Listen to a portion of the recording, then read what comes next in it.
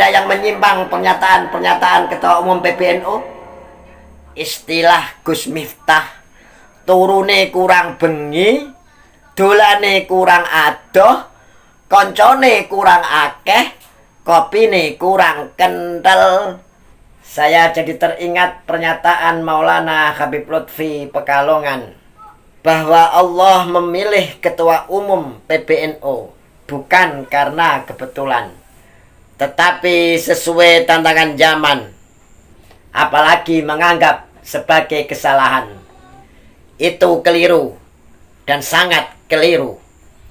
Bila ada orang menganalogikan, menggambarkan Ketua Umum PBNU Profesor Dr. Kiai Haji Said Akil Sirot dengan orang mabuk, itu sudah melewati batas. Sudah keluar dari adabul ikhtilaf, etika berbeda pendapat, ujar Habib Lutfi. Baik dilakukan orang awam, apalagi dilakukan oleh seorang penceramah atau da'i. Bahkan bagi saya, itu adalah sebuah sifat kesombongan, a'dham li nafsih, dan enigmatic personality. Apalagi Ketua Umum PBNU Profesor Dr. Kiai Said Akil Sirot mempunyai nasab yang jelas, riwayat pendidikan yang panjang, apalagi kiprah dan khidmat beliau di NU tidak hanya setahun, 2 tahun, tapi hampir selama hidupnya, ujar Habib Lutfi. Apa ada yang menyimpang pernyataan-pernyataan Ketua Umum PBNU? Bila tidak dipahami mungkin ya. Yang pasti, bila ada yang menuduh pernyataan-pernyataan Ketua Umum PBNU sesat, itu pasti karena tidak memiliki pengalaman baca seluas beliau. Kalau menurut Gus Miftah, turune kurang bengi, dolane kurang adoh, kancane kurang akeh, kopine kurang kental. Profesor Dr. Kiai Haji Said Akil Sirot itu ahli tasawuf, pakar tarikh dan sejarah Islam, selevel Profesor Dr. Khurais Shihab dalam ilmu tafsir.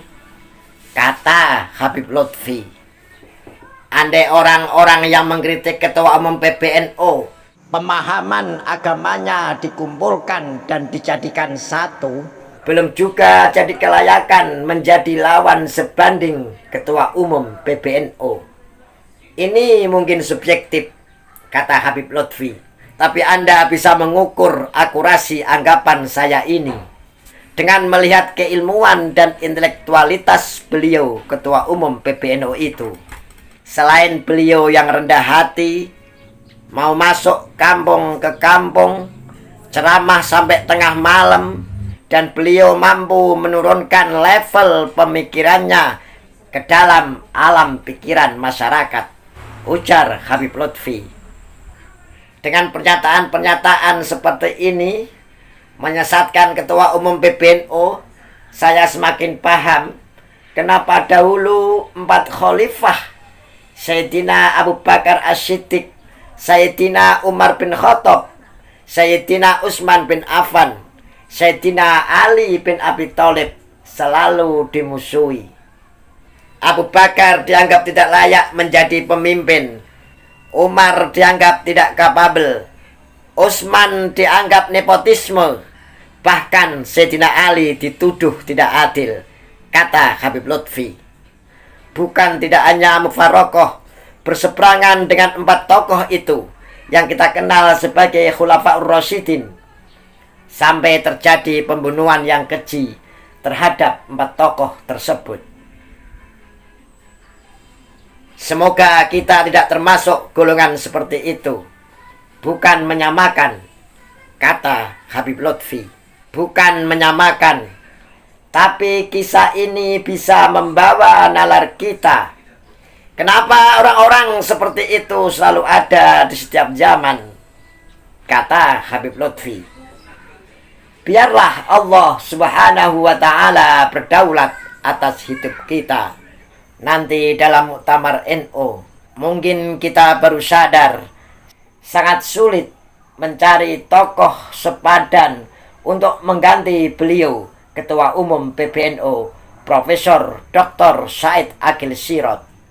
Ketika saatnya tiba, saat itu kita baru paham arti dan dedikasi seorang Said Agil Sirot untuk NU dan Indonesia, untuk keutuhan RKNI, dan melestarikan ajaran ahli sunnah wal jamaah di bumi Nusantara. Biarlah Allah subhanahu wa ta'ala berdaulat atas hidup kita. Min kulli islamil mar'i tarkuhu ma la ya'ni.